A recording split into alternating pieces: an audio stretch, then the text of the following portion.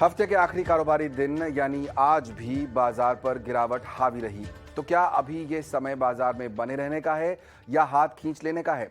नमस्कार, इसी सवाल के साथ स्वागत है आप सभी का स्वदेश आर में। मैं हूं आपके साथ सौमित्र बुतकर। हफ्ते के आखिरी कारोबारी दिन हमने देखा कि दिन भर उतार चढ़ाव रहा बाजार में और अंत में जाकर बाजार गिरावट के साथ बंद हुए। तीसरा दिन है ये जब लगातार हमने देखा है कि बाजार गिरावट पर बंद हुए हैं, वो भी ऐसे समय में जब फेस्टिव सीजन सिर पर है और लोग बाजार के भरोसे अपनी शॉपिंग और दूसरी प्लानिंग बनाए बैठे हैं।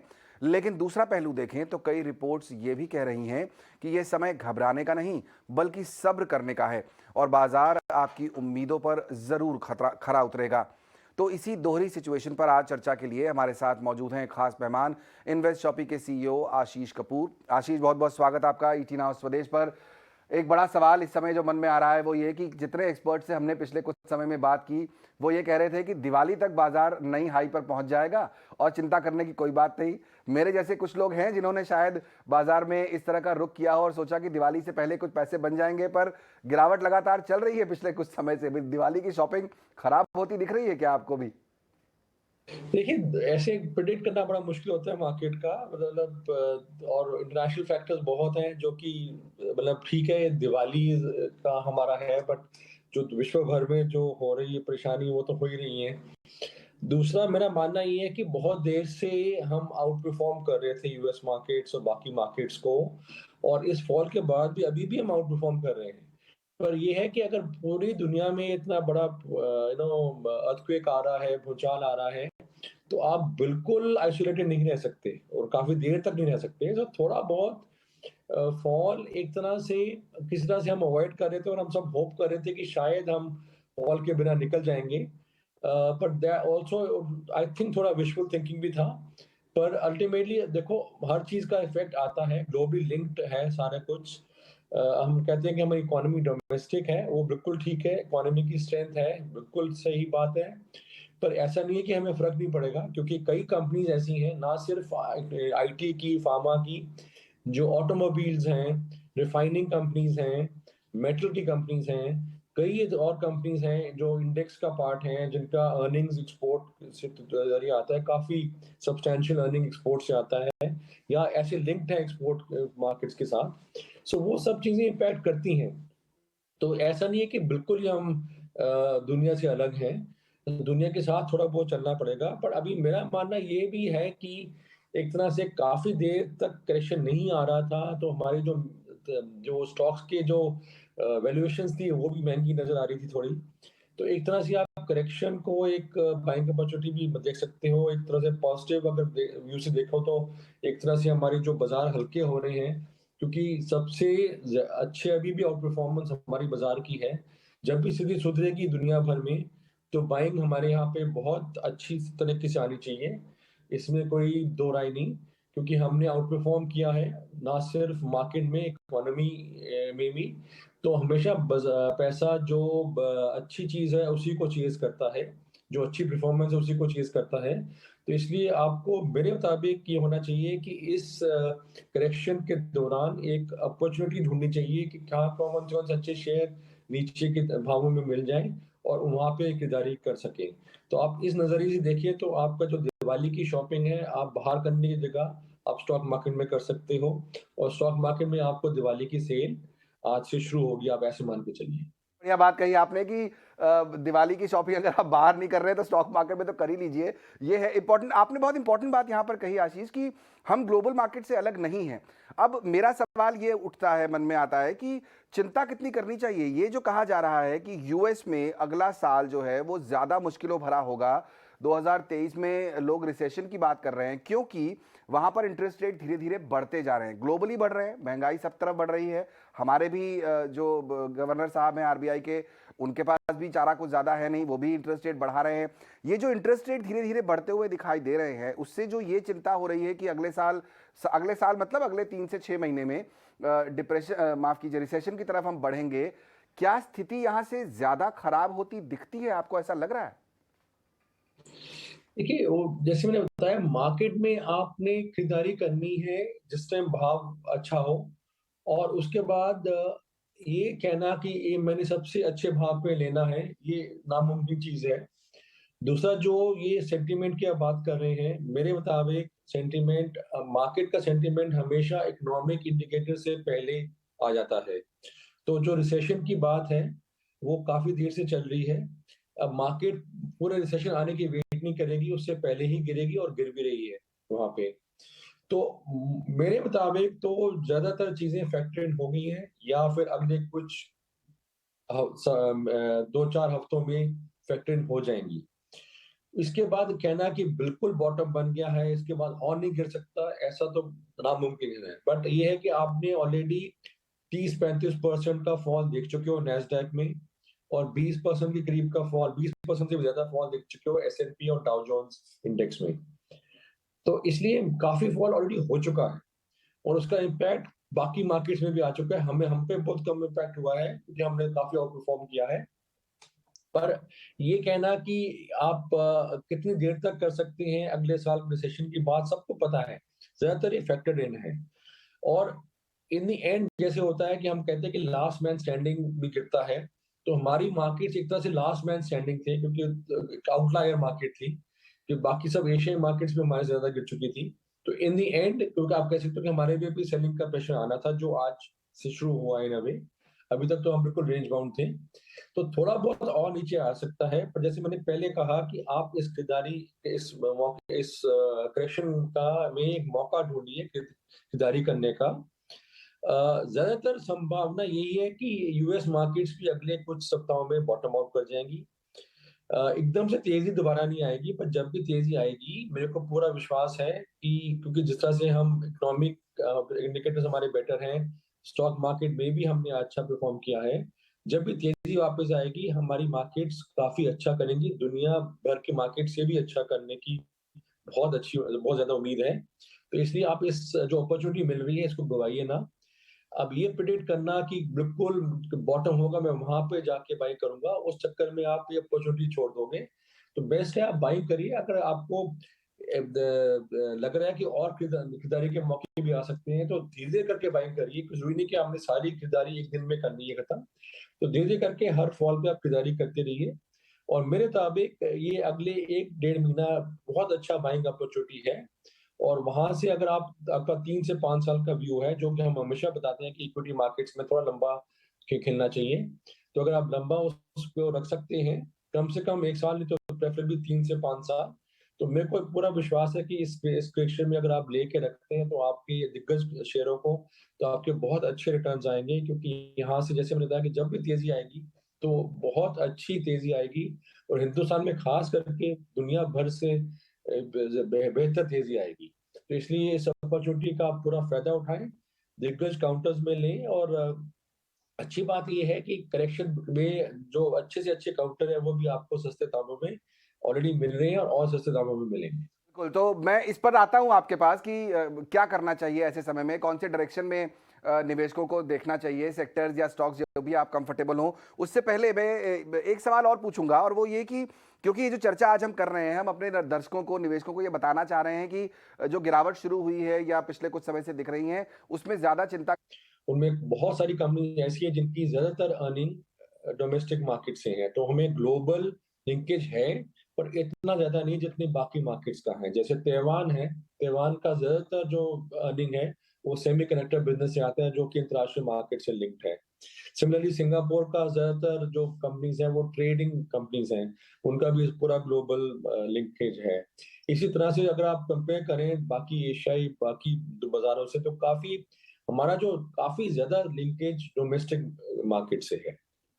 डोमेस्टिक हमारा कोविड के बाद जो हमारा फाइनेंशियल स्टेबिलिटी है, वो एक तरह से काफ़ी सराहनीय है क्योंकि हमने बहुत ज़्यादा लूज़ फिस्कल पॉलिसी फॉलो नहीं की कोविड के टाइम पे। तो इसलिए हमारा कोई इतना चाहे फॉरेन एक्सचेंज रिज़र्व हो या फिस्कल डेफिसिट हो, किसी में कोई ख़ास चिंता का विषय नहीं है।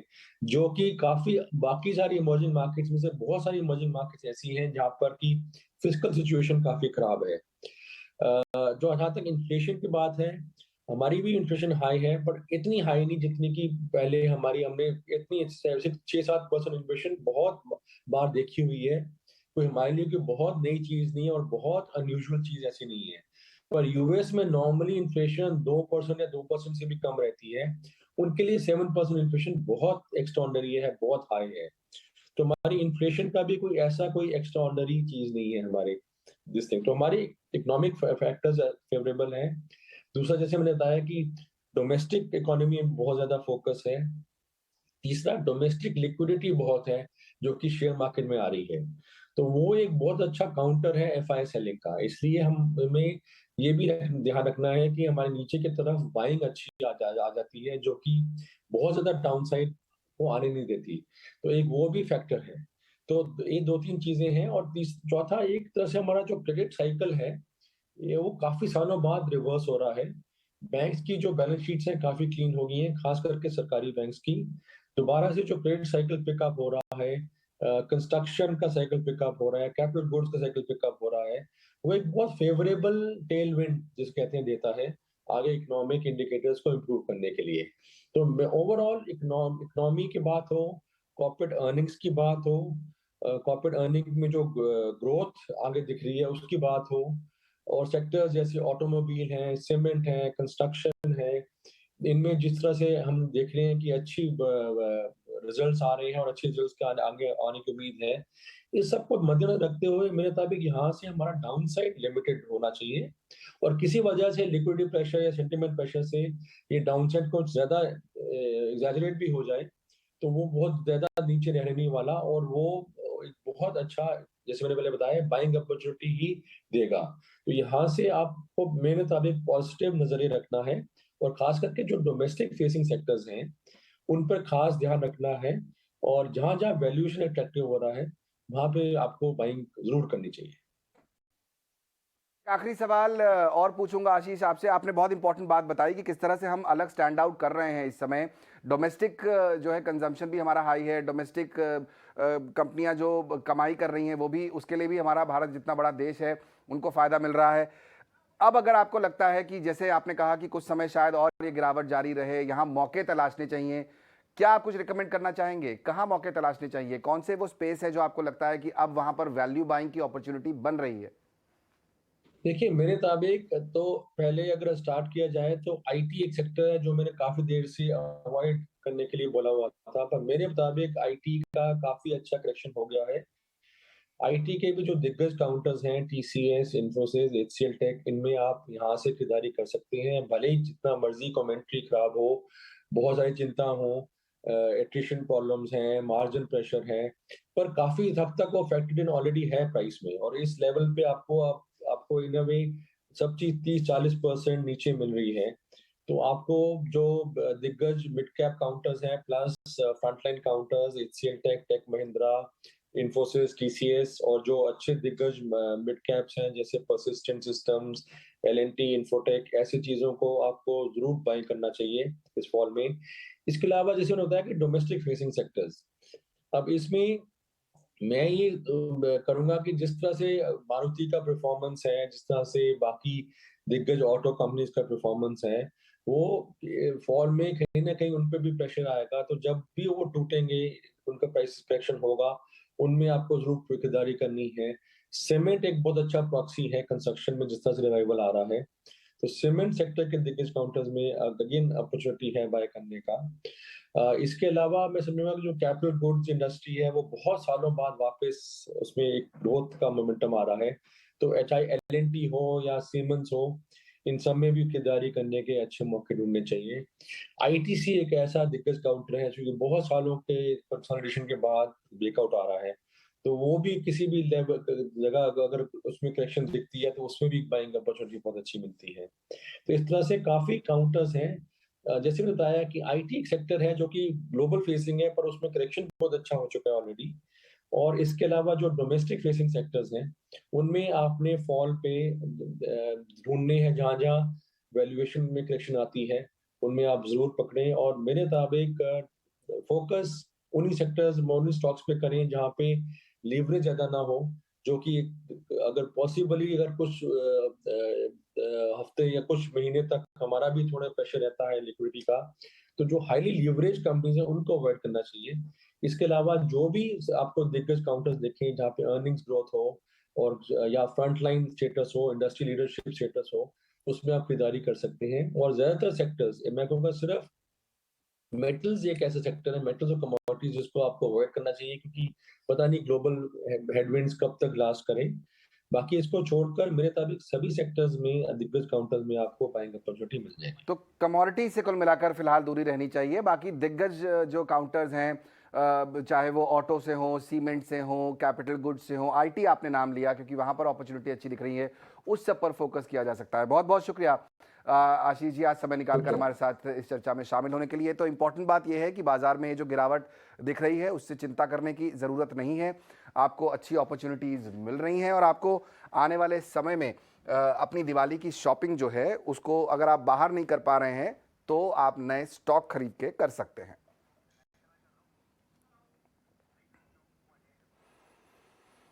चलिए आगे बढ़ेंगे और कुछ और खबरों का रुख करेंगे। टाटा ग्रुप की सभी मेटल कंपनियां अब एक छत के नीचे आ जाएंगी। Tata Metaliks, Tata Steel, Long Tin Plate का टाटा स्टील में मर्जर होगा। इससे क्या फायदा होगा, इस खबर को विस्तार से समझा रहे हैं मेरे सहयोगी सौमित सरकार।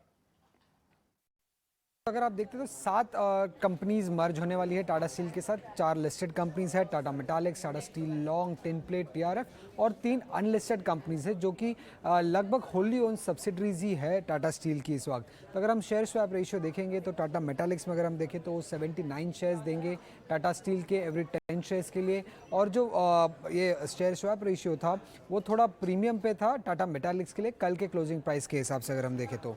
टाटा स्टील लॉन्ग के लिए जो रेशियो था वो 67 शेयर्स था टाटा स्टील का for 10 shares of Tata Steel long, और जो वैल्यूएशंस था वो टाटा स्टील लॉन्ग को करीब 4.5% के डिस्काउंट पे कंसिडर कर रहा था।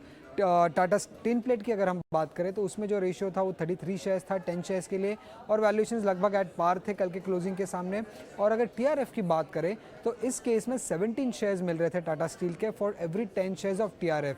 बट चूंकि टीआरएफ बहुत एक छोटी कंपनी है और उसके शेयर प्राइस में एक 5% का अपर सर्किट वाला मूव हमें काफ़ी दिनों से दिख रहा था, तो वैल्यूएशंस अगर हम देखें तो 53% डिस्काउंट पे है टीआरएफ के लिए, बट ये काफ़ी छोटी कंपनी है।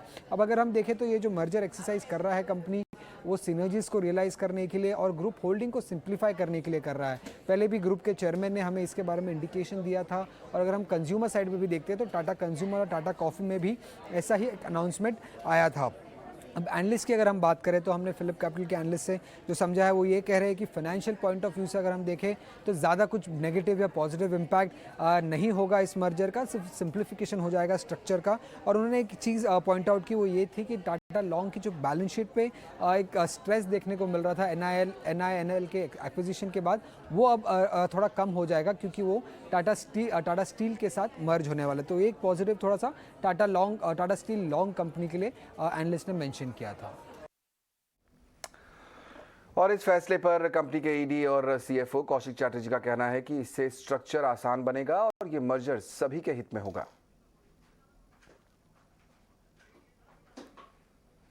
हम जब भूषण एक्विजिशन किए थे उनकी इंटीग्रेशन के बाद उसकी भी मर्जर किए थे और वो काफी बड़ा और कॉम्प्लेक्स मर्जर था, टाइम भी लगा था उस टाइम, लेकिन उसके बाद ये जो हमारी सब्सिडरी कंपनी है जो कि हमारा बैलेंस शीट में एनीवे कंसोलिडेटेड होते हैं, लेकिन ईच ऑफ दिस बिजनेस सभी बिजनेस में स्ट्रेटेजिक पोटेंशियल काफी हाई है। और दूसरी बात यह है कि ये मर्जर सब्सिडरी के मर्जर पूरी कॉर्पोरेट स्ट्रक्चर को सिंप्लीफाई करते हैं, सिनर्जीज लेने के लिए सुविधा होता है और शार्पर स्ट्रेटेजिक फोकस होता है ये ईच ऑफ दिस बिजनेस को बढ़ाने के लिए, बड़ा करने के लिए और वैल्यू क्रिएट करने के लिए। सो आप अगर डक्टाइल आयरन पाइप देखिए या टेम्पलेट पैकेजिंग बिजनेस हो या लॉन्ग प्रोडक्ट्स बिजनेस हो, तो सारे बिजनेसेस हमारे कोर बिजनेस के एडजेसेंट बिजनेसेस है और कोर बिजनेस के पार्ट है, तो इसीलिए ये मर्जर बहुत ही नेचुरल था करने के लिए। ये मर्जर तो अपनी प्रोसेस में ड्यू प्रोसेस में जाएंगे, उसके जैसे ड्यू प्रोसेस है सेबी द्वारा लेड आउट प्रोसेस है, एनसीएलटी के थ्रू से जाएंगे, लेकिन उसके बाद जब ये हमारी कंपनी के अंदर आ जाएंगे ये बिजनेसेस, उसके बाद काफी सारा सिनर्जीज होते हैं, जैसे कॉस्ट सिनर्जीज होता है, प्रोक्योरमेंट सिनर्जीज होता है, फाइनेंसिंग सिनर्जीज होता है, स्ट्रेटेजिक सिनर्जीज होता है, ग्रोथ सिनर्जीज होता है, मार्केट सिनर्जीज होता है। तो काफी ये एक अपने कंपनी के अंदर एक लीगल एंटिटी जब आ जाते हैं तो operational flexibility, commercial flexibility to drive those business becomes sharper, more focused, और वो हम करना चाहते हैं। और ये पूरी स्ट्रक्चर भी सिंपल हो जाता है, बिकॉज बाहर के जो शेयर होल्डर्स हैं, इनकी जो माइनॉरिटी शेयर होल्डर्स है, वो एक बड़ा ग्रोथ इंजन के हिस्सा होने की एक अपॉर्चुनिटी मिलता है। तो ये सभी के लिए मेरे ख्याल से एक विन विन अपॉर्चुनिटी है, और हम लोग वैसे ही देखते हैं। और हम between synergies and strategy and simplification we want to drive all these businesses in the future. रुपए में रिकॉर्ड कमजोरी आज भी जारी रही। आज रुपया पहली बार डॉलर के मुकाबले 80 के स्तर को पार कर गया और आखिर में 13 पैसे की कमजोरी के साथ 80 रुपये 99 पैसे पर बंद हुआ। क्यों दिख रही है रुपए में इतनी गिरावट और आने वाले दिनों में क्या संकेत मिल रहे हैं, बता रहे हैं मेरे सहयोगी विश्व मोहन। देखिए, ज़्यादातर जानकारों को लग रहा है कि ये रुपए की गिरावट और कंटिन्यू हो सकती है, क्योंकि जिस तरह से डॉलर इंडेक्स लगातार मजबूत हो रहा है, फेड का रुख काफ़ी सख्त है और दुनिया की बाकी करेंसी भी गिर रही है। ऐसे में लग नहीं रहा है कि रुपए की गिरावट कम होगी। और एक बड़ी चिंता ये है, जो FIIs की जो बाइंग चल रही थी पिछले 3 महीने से, वो बाइंग भी अब रिवर्स होती दिख रही है, क्योंकि बॉन्ड यील्ड लगातार वहाँ बढ़ रहा है डॉलर में मजबूती की वजह से और ब्याज दरें बढ़ने की वजह से। तो वहाँ पर लोग पैसे लगा रहे हैं, तो यहाँ से निकाल के अब FIIs के पैसे US में वापस जा रहे हैं। तो ये एक बड़ी चिंता है। और RBI जब अगले हफ्ते जब MPC की बैठक होगी तो सबसे बड़ी चुनौती होगी लिक्विडिटी को कैसे बढ़ाया जाए, क्योंकि बैंकिंग सिस्टम में जो फिलहाल जो लिक्विडिटी की स्थिति है वो डेफिसिट में चल रही है। ऐसे में RBI के पास चुनौती होगा गिरते रुपए को बचाना और फिर ब्याज दरें कैसे बढ़ाए, क्योंकि एक रेट भी डिफरेंस हो गया है। जो फेड ने जैसे इस साल 3% ब्याज दरें बढ़ाई और RBI की तरफ से 1.4% ब्याज दरें बढ़ी है, तो एक रेट डिफरेंशियल की वजह से भी डॉलर ज़्यादा मजबूत हो रहा है। तो इन तमाम चुनौतियों से जूझना पड़ेगा RBI को। RBI किस तरह से बैलेंस व्यू बना के लिक्विडिटी भी सिस्टम में बनाए रखेगा और रुपए की कमजोरी पर भी लगाम लगे, तो एक बड़ी चुनौती है RBI के पास रुपए की कमजोरी को रोकने के लिए। बहुत शुक्रिया विश्व मोहन इस पूरे अपडेट के लिए। चलिए आगे बढ़ेंगे। त्योहारों के मौके पर दिग्गज ई-कॉमर्स प्लेटफॉर्म अमेजॉन इंडिया ने आज से अपनी mega sale great Indian festival 2022 शुरू कर दी है। ये सेल 30 दिन तक चलेगी। इस सेल में करीब 11 लाख सेलर्स हिस्सा ले रहे हैं और कंज्यूमर्स के लिए कई शानदार ऑफर पेश कर रहे हैं। इस ग्रेट इंडियन फेस्टिवल सेल में पहले दिन ग्राहकों का रिस्पांस कैसा रहा और कंपनी का मैनेजमेंट का क्या कहना है, इस पर ये बताने के लिए हमारे साथ जुड़ रहे हैं अमेजॉन इंडिया के इंडिया कंज्यूमर बिजनेस के कंट्री मैनेजर और वाइस प्रेसिडेंट मनीष तिवारी। मनीष जी, बहुत बहुत स्वागत आपका ET नाउ स्वदेश पर। अब तक आपके जो ग्रेट इंडियन फेस्टिवल सेल है उसको कंज्यूमर्स का किस तरह का रिस्पॉन्स रहा है और क्या एक्सपेक्टेशन है इस बार आपकी त्योहारी सीजन में? तो जो सेल है हमारे करीब 30 दिन का है। अभी तो पहले 24 घंटे ही ख़त्म हुए हैं और ये 24 घंटे प्राइम कस्टमर्स पे फोकस था। और हमने जो भी हमारे सेलर्स ने तैयारी की थी, पहले 24 घंटे का अगर मैं रिस्पांस देखूं तो ये हमारे एक्सपेक्टेशन से कहीं आगे है। हमें काफ़ी खुशी है जिस तरह का रिस्पांस कंज्यूमर्स ने दिया है, एंड स्पेशली जो हमारे सेलर्स हैं जिन्होंने बहुत तैयारी की थी सेल के लिए। पहले 24 घंटों में जो उनको जो सेल मिल रहा है उससे we are very very happy with that. जी, ये बताइए कि सेंटिमेंट कैसा है, क्योंकि धीरे धीरे अब जब लोग बाहर निकलने लगे हैं शायद फिजिकल स्टोर्स में जाना पसंद कर रहे हो, लेकिन ऑनलाइन शॉपिंग के लिए आपको डिमांड का ट्रेंड कैसा दिख रहा है? तो हम करीब आपको जैसे मालूम होगा हमारे पास करीब 11 लाख सेलर हैं, 2 लाख छोटे दुकान हैं और ये मिलके करीब 12 करोड़ यूनिक प्रोडक्ट्स बेचते हैं।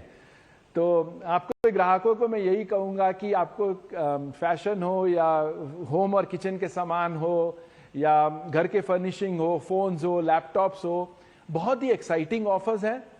पहले और करीब 2000 न्यू प्रोडक्ट लॉन्च हुए हैं अक्रॉस कैटेगरीज। पहले 24 घंटे में जो रिस्पांस मिला है वो थोड़ा ज़्यादा इलेक्ट्रॉनिक्स पे है और फैशन पे है, और ये हर साल ऐसे ही होता है। और फिर हम देखेंगे ग्राहक बाकी कैटेगरीज में भी खरीदना शुरू करते हैं।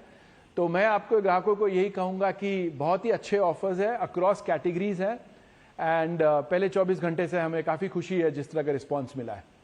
इलेक्ट्रॉनिक का ही सवाल मेरे मन में अभी अगला भी था मनीष जी। आमतौर पर हम देखते हैं कि इस तरह की जो सेल्स होती हैं उसमें स्मार्टफोन हुए या दूसरे इलेक्ट्रॉनिक्स हैं, इनकी तरफ ज़्यादा रुझान रहता है खरीदारों का।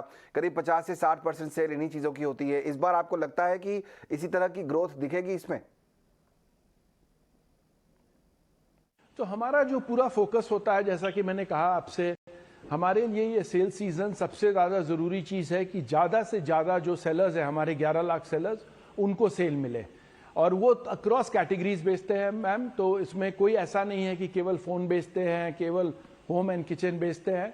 तो पहले 24 घंटे के रिस्पॉन्स से मुझे तो काफ़ी कॉन्फिडेंस है कि इस साल का सेल बहुत अच्छा होगा और अक्रॉस कैटेगरीज होगा। ये नहीं कि केवल फ़ोन पे होगा या केवल फैशन पे होगा, अक्रॉस कैटेगरी, ग्रोसरी पे होगा, सीपीजी गुड्स पे होगा, होम एंड किचन पे होगा।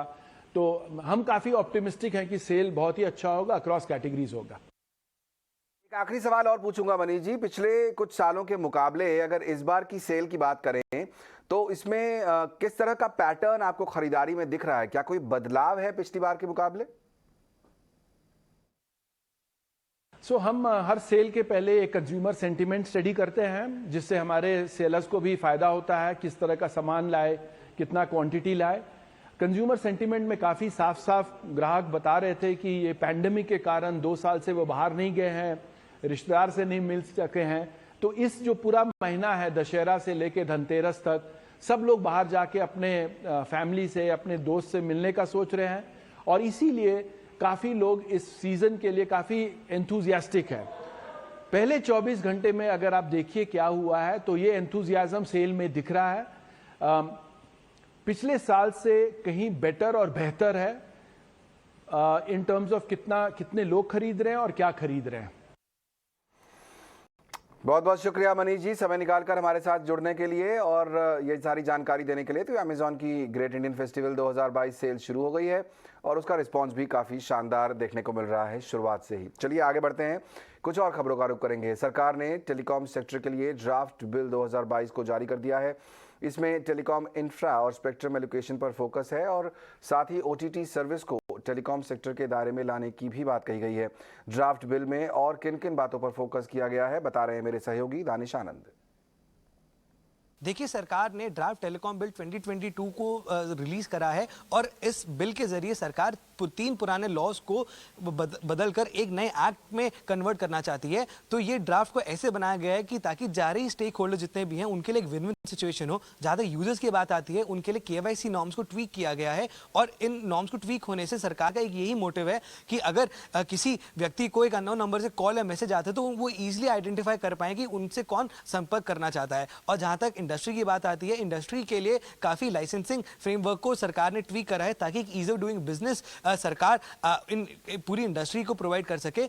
इसके अलावा सरकार ने इस ड्राफ्ट बिल में जो चेंजेस लेकर आए हैं उसके मुताबिक जो OTT सर्विस है वो भी टेलीकॉम इंडस्ट्री के एम्बिट में आना बहुत लाइकली है। इसके अलावा अगर हम इसका टाइमलाइन देखें तो सरकार का क्लियरली कहना है कि आने वाले 6 से 10 महीने में इस बिल को एक्ट में कन्वर्ट करने का पूरा प्रयास रहेगा। और सरकार का ये भी कहना है कि इस समय वो बिल्कुल एक जल्दी में नहीं है, वो हर किसी स्टेक होल्डर का इनपुट लेंगे और जिस तरह का उनको फीडबैक मिलेगा उसके बाद इस बिल को एक प्रॉपर एक्ट में बदला जाएगा। लेकिन ऑल ओवर अगर हम देखें तो सरकार ने ड्राफ्ट बिल टेलीकॉम बिल 2022 को बाहर निकाला है और इसको जल्द से जल्द सरकार चाहती है कि ये एक एक्ट बन जाए। और जब ये एक एक्ट बन जाएगा उसके बाद जितने भी इंडियन यूजर्स का जो एक्सपीरियंस है टेलीकॉम सर्विसेज का यूज करने का, चाहे वो मोबाइल सर्विसेज हो चाहे वो इंटरनेट सर्विसेज हो, उसमें हम एक सेफ और एक सिक्योर एनवायरनमेंट की उम्मीद रख सकते हैं।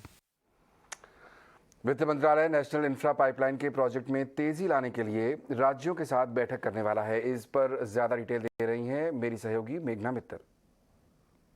जी, नेशनल इंफ्रास्ट्रक्चर पाइपलाइन की हम जानते हैं FY 26 तक जो टारगेट बनाया है गवर्नमेंट ने 111 lakh crore worth of projects का, वो अब हमें सूत्र बता रहे हैं कि थोड़ा पीछे चल रहा है क्योंकि पैंडेमिक आया, काफ़ी डिस्ट्रप्शंस आए हैं, लेबर शॉर्टेजेस हुए हैं, जिसकी वजह से पाया गया है कि स्टेट्स थोड़ा सा पीछे चल रहे हैं नेशनल इंफ्रास्ट्रक्चर पाइपलाइन में प्रोजेक्ट्स में, तो इसलिए अब फाइनेंस मिनिस्ट्री ने डिसाइड किया है कि हर एक स्टेट के साथ वो इंडिविजुअली मीटिंग्स करेंगे, एक सीरीज़ ऑफ मीटिंग्स करेंगे। जनवरी तक वो होप कर रहे हैं कि ये जो सारे सीरीज़ ऑफ मीटिंग्स हैं ये कंप्लीट हो जाएंगे। अब सितंबर 30 को एक मीटिंग है 4 जो मेजर नॉर्दर्न स्टेट्स हैं उनके साथ, यूपी, बिहार, मध्य प्रदेश और छत्तीसगढ़, जहाँ पे एक पूरा रिव्यू लिया जाएगा कि जो नेशनल इंफ्रास्ट्रक्चर पाइपलाइन के जो प्रोजेक्ट्स हैं उनका, और स्टेट्स को ये भी बोला जाएगा कि जो बेसिकली सोशल इंफ्रास्ट्रक्चर जैसे कि हेल्थ और एजुकेशन के जो प्रोजेक्ट्स हैं उन पर ज़्यादा फोकस किया जाए और कैसे ये पाइपलाइन पूरी कंप्लीट की जाए। ये भी बोला जाएगा, ये भी रिव्यू लिया जाएगा स्टेट्स का कि केपेक्स एक्सपेंडिचर वो कहाँ तक कर पाए हैं इस साल का, और जो ₹1 लाख करोड़ का जो इंटरेस्ट फ्री लोन अनाउंस किया गया था इस बजट में, उसके भी क्या स्टेट्स की तरफ से रिक्वायरमेंट है, उस पर भी पूरी चर्चा होगी। पर जो अब ये जो सीरीज़ ऑफ मीटिंग्स हैं बेसिकली इसलिए रखी जा रही है कि जो NIP पाइपलाइन है वो उसमें कोई शॉर्टफॉल ना आए। जनवरी तक ये पूरा मीटिंग कंप्लीट हो जाएंगी, देखना रहेगा कि NIP पाइपलाइन FY26 तक गवर्नमेंट क्या मीट कर पाती है या नहीं। एक्सिस बैंक जल्द बॉन्ड के जरिए 4,000 करोड़ रुपए जुटा सकती है। बैंक बोर्ड अगले हफ्ते फंड जुटाने के विकल्पों पर विचार कर सकता है। इस एक्सक्लूसिव खबर की और डिटेल्स दे रहे हैं मेरे सहयोगी अंकुर मिश्रा।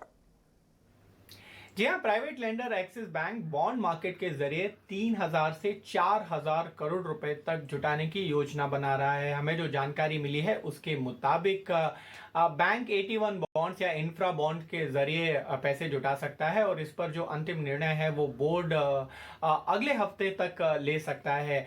बैंक ने इसके लिए कई सारे पेंशन फंड्स, इंश्योरेंस कंपनीज और बॉन्ड मार्केट पार्टिसिपेंट से बात भी की है और टटोलने की कोशिश की है कि किस तरीके कितने रेट पे वो पैसा उगा पाएंगे। बैंक का यही मानना है कि करीब 7.5% के आसपास वो ये पूंजी जुटा सकते हैं। अगर हम ये फंड रेजिंग की बात करें तो एक्सिस बैंक के लिए और भी इम्पॉर्टेंट हो जाता है क्योंकि आपको याद होगा कि उनका जो सिटी बैंक डील का अनाउंसमेंट है उसके बाद वो 1.5 साल में, अगले 1 साल में, 1 से 1.5 साल में वो कंप्लीट होनी है और उसके लिए बैंक ने बोला था कि वो तय समय पर पूंजी जुटाएंगे। हालांकि ये देखना होगा कि ये जो पूंजी जुटाई जा रही है उसका इस्तेमाल बैंक किस तरीके से करना चाहता है, क्योंकि बहुत सारे बैंकों ने पूंजी जुटाकर अपना जो कैपिटल ऑगमेंटेशन है उसको मजबूत किया है, लेकिन यहाँ पर एक्सिस बैंक की स्थिति थोड़ी मजबूत ही है क्योंकि अगर आप कैपिटल एडिक्वेसी रेशियो की बात करें तो जून तिमाही तक एक्सिस बैंक का कैपिटल एडिक्वेसी रेशियो 17.83% था, तो उसकी प्रॉफिट को मिलाकर। तो इंटरेस्टिंग थिंग यही रहेगी कि बैंक इस पूंजी को अगर जुटाता है तो उसका इस्तेमाल कैसे करता है। शिवाजी पार्क में दशहरा रैली कौन करेगा, इसका फैसला हो गया है। बॉम्बे हाईकोर्ट ने उद्धव ठाकरे गुट को शिवाजी पार्क में दशहरा रैली करने की इजाजत दे दी है। हाईकोर्ट ने एकनाथ शिंदे गुट की तरफ से याचिका को खारिज कर दिया है। कोर्ट के इस फैसले के बाद शिवसेना ऑफिस में कार्यकर्ताओं ने जश्न मनाया।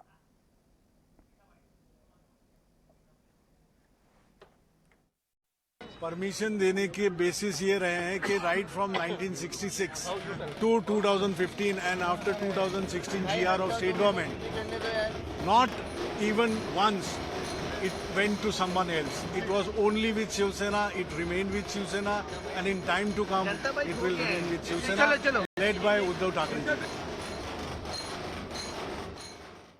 माननीय उच्च न्यायालय का हम कोटि कोटि धन्यवाद करते हैं। हम सबके मन में विश्वास था कि न्यायालय में भले समय लग जाएगा लेकिन हमें न्याय जरूर मिलेगा और आज वही हुआ।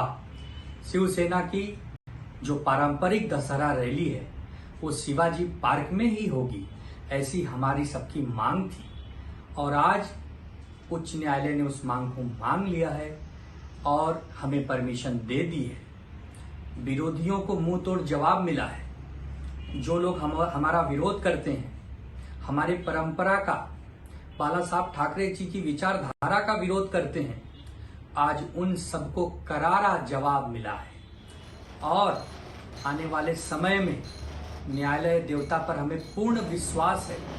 हम हर वो लड़ाई जीतेंगे जो हम न्याय के साथ लड़ रहे हैं, सच्चाई के साथ लड़ रहे हैं और हमारे विरोधी कान खोल के सुन लें कि वो झूठ को लेकर साथ चल रहे हैं, बहुत ज़्यादा दिन तक वो लड़ाई लड़ नहीं पाएंगे हमसे, और वो हारेंगे। जैसे आज हारे हैं, भविष्य में भी हारेंगे। कोर्ट से फैसले पर शिवसेना के नेता और कार्यकर्ता खुश हैं, लेकिन शिंदे गुट हाईकोर्ट के फैसले को सुप्रीम कोर्ट में चुनौती देने की तैयारी में है। हाईकोर्ट ने अपने फैसले में क्या कुछ कहा है, उद्धव गुट के लिए क्या शर्तें बताई गई हैं, बता रही हैं मेरी सहयोगी श्वेता वर्मा। उद्धव ठाकरे शिवसेना को एक बड़ी जीत हासिल हुई है। बॉम्बे हाईकोर्ट की तरफ से उन्हें हरी झंडी मिल चुकी है और अब वह दशहरा रैली शिवाजी पार्क में आयोजित कर सकते हैं। ये बड़ी जीत हासिल हुई है शिवसेना जो उद्धव ठाकरे की गुट है, क्योंकि उन्होंने जिस तरीके से लीगल रास्तों का चयन किया था, उन्होंने कानूनी तौर पर याचिका दायर करके इस बात की अर्जी लगाई थी कि उन्हें यह जगह मिलनी चाहिए, क्योंकि 1966 से अब तक वो हमेशा ही शिवाजी पार्क में दशहरा रैली करते आए हैं। और तकरीबन 5 घंटे चली इस पूरी कोर्ट हियरिंग में 3 रिप्रेजेंटेटिव थे जिन्होंने अपनी अपनी दर की बात रखी। सबसे पहले अगर हम एडवोकेट चिनॉय की बात करें जो उद्धव ठाकरे कैंप को रिप्रेजेंट कर रहे थे, उसके बाद बीएमसी का प्रतिनिधित्व करने के लिए मिलिंद साठे एडवोकेट नजर आए कोर्ट में, और उसके साथ ही अगर हम बात करें एकनाथ शिंदे कैंप यानी सदा सरवणकर की तरफ से यहाँ पर जानक द्वारकादास नजर आए थे। आपको बता दें इन तीनों ने अपनी अपनी बातें जज के समक्ष रखी और इसके बाद 5 घंटों बाद जज ने फैसला सुनाया, ये कहते हुए कि सबसे पहले ये पिटीशन खारिज किया था सदा सरवणकर का, उसके बाद बीएमसी को भी एक तरीके से फटकार लगाई कि मिस यूज ऑफ पावर हुआ है, क्योंकि उन्होंने दोनों ही एप्लीकेंट्स में से किसी को ये इजाजत नहीं दी थी कि वो शिवाजी पार्क में दशहरा रैली आयोजित करे। और आखिर में अपना ऑर्डर सुनाते समय हाईकोर्ट ने यह बताया कि उद्धव ठाकरे कैंप जिन्होंने यह याचिका दायर की है वो आगे बढ़कर आयोजित कर सकती है शिवाजी पार्क में अपनी पूरी रैली, जिस तरीके से वो 1966 से करती आ रही है। और यह बड़ी जीत हासिल हुई है शिवसेना उद्धव ठाकरे की गुट को। कैमरामैन निसार के साथ श्वेता वर्मा, ईटी स्वदेश। और बात करते हैं दुर्गा पूजा के सेलिब्रेशन की। कोलकाता अपने दुर्गा पूजा पंडाल डेकोरेशन के लिए पूरी दुनिया में मशहूर है। इस बार भी वहां कई थीम में पूजा पंडाल बनाए जा रहे हैं, लेकिन लोगों के आकर्षण का केंद्र बना है वेटिकन सिटी की थीम पर बना पंडाल। श्रीभूमि स्पोर्टिंग क्लब ने यह पंडाल बनाया है। पिछले साल इसी क्लब ने दुबई के बुर्ज खलीफा थीम पर पंडाल बनाया था। आयोजकों का कहना है कि इस साल क्लब को 50 साल पूरे हो रहे हैं और इस मौके पर क्लब ने वेटिकन सिटी को अपना स्पेशल थीम बनाया है।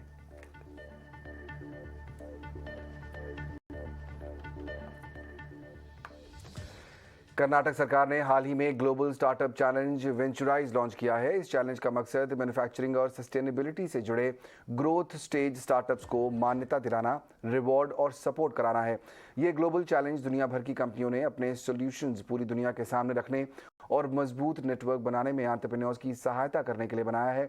इस ग्लोबल चैलेंज के लिए विजेताओं को $1 लाख का नकद इनाम दिया जाने की बात कही गई है।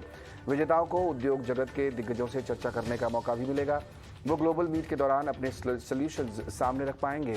इस दौरान वो अपने अनुभवी मेंटोर से मेंटरिंग सेशन भी ले सकेंगे और उनसे टिप्स हासिल कर सकेंगे। इस ग्लोबल स्टार्टअप चैलेंज में हिस्सा बनने के लिए आप 25 सितंबर तक एप्लीकेशन भेज सकते हैं।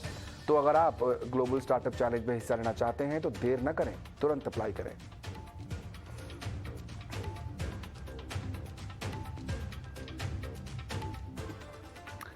और अब चलते चलते देखिए बात आरबीआई के उस फैसले की जिसने बैंकों के साथ साथ रिकवरी एजेंट्स की नींद उड़ा दी है। पेश है इसी पर हमारा आज का स्वदेश विशेष।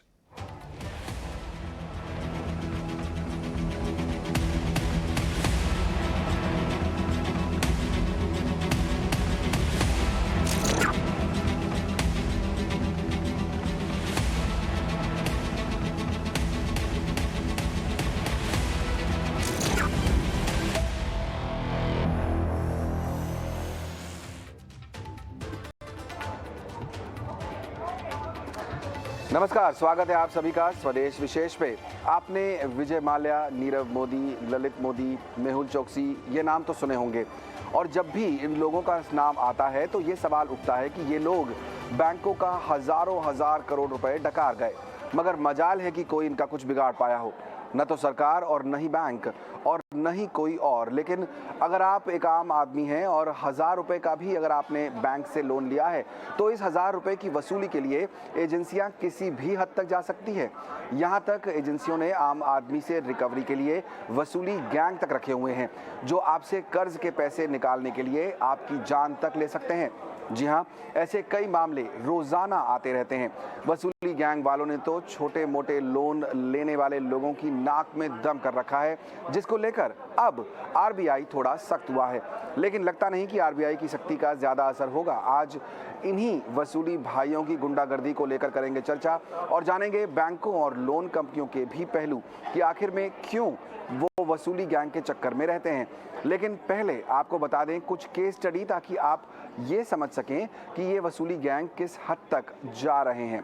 पहला केस आपके सामने पेश कर रहे हैं हम लोग यहाँ पर, जो कि हाल ही में हुआ था, जिसमें हमने देखा कि झारखंड के हजारीबाग में एक रिकवरी एजेंट ने गर्भवती महिला को ट्रैक्टर से कुचल दिया, जिसकी वजह से उनकी मौत हो गई। तो ये ताज़ा मामला और काफ़ी जो है ख़तरनाक भी। इसके अलावा दूसरा मामला आपके सामने पेश करते हैं। देश के अलग अलग हिस्सों में इस तरह की समस्याएं देखने को मिल रही हैं। हमने देखा मुंबई के मलाड में एक रिकवरी एजेंट से परेशान होकर एक शख्स ने आत्महत्या कर ली। उस शख्स को इतना परेशान किया रिकवरी एजेंट ने कि आखिरकार उन्होंने जो है अपना जीवन त्याग दिया, आत्महत्या कर ली। इसके अलावा तीसरा केस आपके सामने पेश करते हैं। यहाँ पर हमने देखा आंध्र प्रदेश के नंदीगामा में ये हुआ था। रिकवरी एजेंट से परेशान 18 वर्षीय छात्रा ने खुदकुशी कर ली। पिता को रिकवरी एजेंट लगातार प्रताड़ित कर रहे थे और पिता ने क्या किया था कि क्रेडिट कार्ड से करीब 3.5 लाख का लोन लिया था। तो ये छोटे लोन भी थे, बहुत बड़ी अमाउंट नहीं थी, लेकिन फिर भी इन रिकवरी एजेंट्स ने काफ़ी परेशानी क्रिएट की और लोगों को अपनी जान भी गंवानी पड़ी। ऐसे कुछ मामले हमने आपके सामने रखे हैं जिनके कारण आरबीआई को भी अब हरकत में आना पड़ा है और आरबीआई ने लोन रिकवरी पर M&M फाइनेंशियल जो है सर्विसेज, वो जो कंपनी है, उसको निर्देश दिए हैं कि अब वो आउटसोर्सिंग के जरिए लोन रिकवरी न करे। मेरे साथ सबसे पहले मैं शामिल करूंगा मेरे सहयोगी अंकुर को। अंकुर मेरे साथ आज शामिल हैं इस चर्चा में और आप सबको समझाएंगे कि आखिर स्थिति क्या बन रही है। अंकुर, सबसे पहले मैं आपसे ही समझना चाहूँगा, अभी जो ताज़ा मामला आया है M&M फाइनेंशियल पर आरबीआई ने जो रिस्ट्रिक्शंस लगाए हैं, क्या मामला है और क्या कहा है आरबीआई ने? जी हाँ, जैसा कि आपने बताया, जो महिला को कुचल कर एक ट्रैक्टर चला गया था और आरोप ये है कि वो M&M फाइनेंशियल के आउटसोर्स किया हुआ रिकवरी एजेंट था और वहाँ पर कुछ लाख रुपए बकाया थे। इस वजह से उन्होंने जो गिरवी किया रखा हुआ ट्रैक्टर था उसको वापस लेके, जो कि नॉर्मल स्टैंडर्ड प्रोसीजर होता है, उसको इसके बावजूद कि महिला वहाँ पे ऐसा बोला जाता है कि रिक्वेस्ट कर रही थी कि हम पैसे देने को तैयार हैं, उसके बावजूद भी ऐसा हादसा हुआ। अब यहाँ पर रेगुलेटर ने संज्ञान लिया, उसके पास जो सेक्शन 45 में पावर्स है, उन्होंने देखा कि जो लोन्स एंड एडवांसेस का सर्कुलर होता है वहाँ पे क्लॉज होता है कि अगर बेस्ट प्रैक्टिसेस नहीं फॉलो हो रही हैं तो वो एक्शन ले सकता है। तो यहाँ पर रेगुलेटर ने बोला है टिल फर्दर ऑर्डर्स जो आउटसोर्सिंग एक्टिविटी है M&M फाइनेंशियल की, वो बंद कर दी जानी चाहिए, लेकिन एनबीएफसी अपने जरिए जो भी रिकवरी है वो जारी रख सकती है। करेक्ट, तो यानी कंपनी खुद अपने लोगों को भेज सकती है, लेकिन जो आउटसोर्सिंग, जो रिकवरी एजेंट्स को भर्ती किया जाता है, वो काम इन्होंने बंद कर दिया है। उसके बाद कंपनी की तरफ से भी सफाई आई है। M&M फाइनेंशियल ने कहा है कि बहुत सारे जो हैं करीब 3 से 4 हज़ार तक के जो उन्हें रिकवर करने हैं ट्रैक्टर्स, वो जो है बंद कर देंगे। उससे फ़ायदा ये होगा कि जो थर्ड पार्टी रिकवरी होती है वो नहीं होगी। तो ये बयान कंपनी की तरफ से आया है, वो आरबीआई के इस रूल को फॉलो करने को तैयार हैं।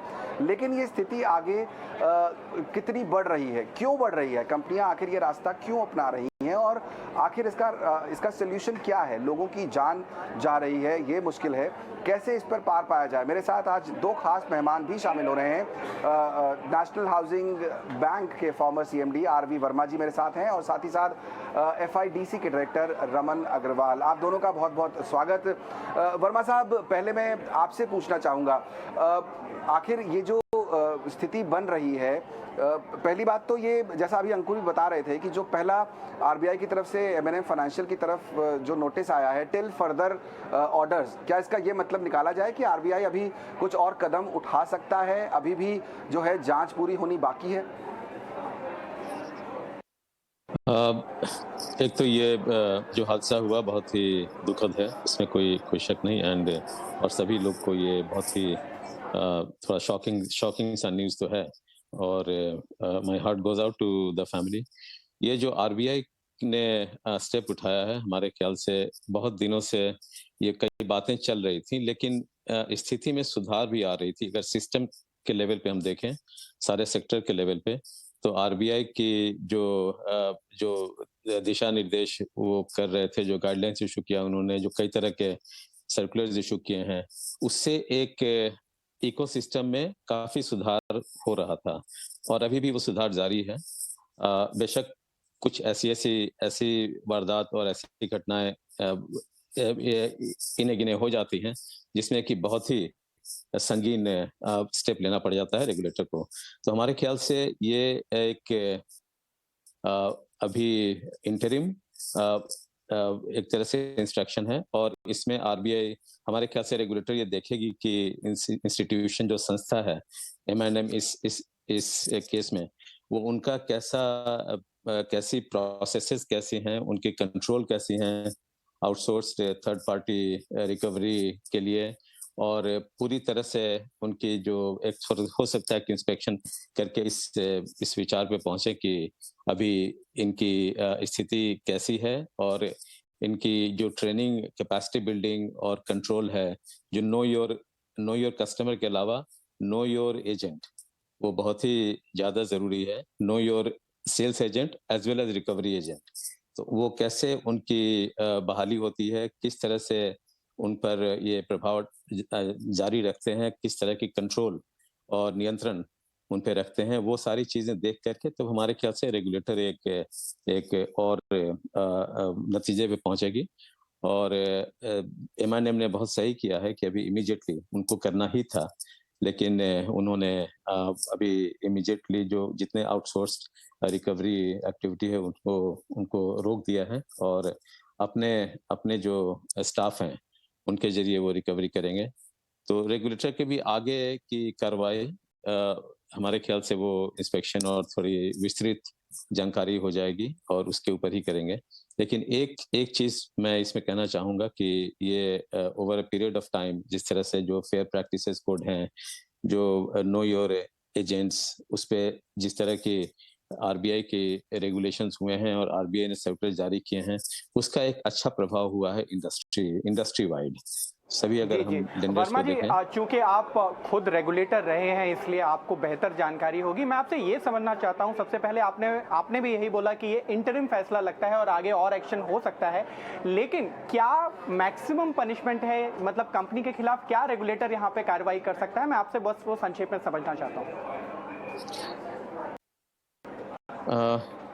ये कहना मुश्किल है, अभी तो कहना मुश्किल है, लेकिन रेगुलेटर के जो प्रोविजंस हैं, जो प्रावधान हैं एक्ट के तहत, वो उसमें कई चीज़ें हैं, लेकिन रेगुलेटर हमारे ख्याल से और थोड़ी छानबीन करके और उनके वही मैं कह रहा हूँ कि स्टैंडर्ड ऑपरेटिंग प्रोसेसेस क्या हैं, उनके मैनेजमेंट की पॉलिसी क्या है, कितने इस तरह के एजेंट्स हैं, ज़्यादा अपने लोग और उनके डायरेक्ट कॉन्टैक्ट कस्टमर से होती है नहीं होती है, वो भी एक बहुत ही इम्पोर्टेंट चीज़ है कि जो पैसे दिए हैं, ठीक है आपने एजेंट के थ्रू लोन सेल किया है और एजेंट के थ्रू रिकवरी भी कर रहे हैं, लेकिन डायरेक्ट कॉन्टैक्ट जो कस्टमर्स हैं वो किस तरह की कॉन्टैक्ट है, किस तरह से एज अ सिस्टम और प्रोसेस क्या है, तो उसकी थोड़ी वो डेफिनेटली एलैबोरेटली वो उसकी छानबीन करके तब किसी ठोस नतीजे पे पहुंचेंगे कि किस तरह की कार्रवाई की जाए। फेयर इनफ, यानी कि अभी थोड़ा जब तक जांच पूरी नहीं होती तब तक ये अंदाजा लगा पाना मुश्किल हो सकता है कि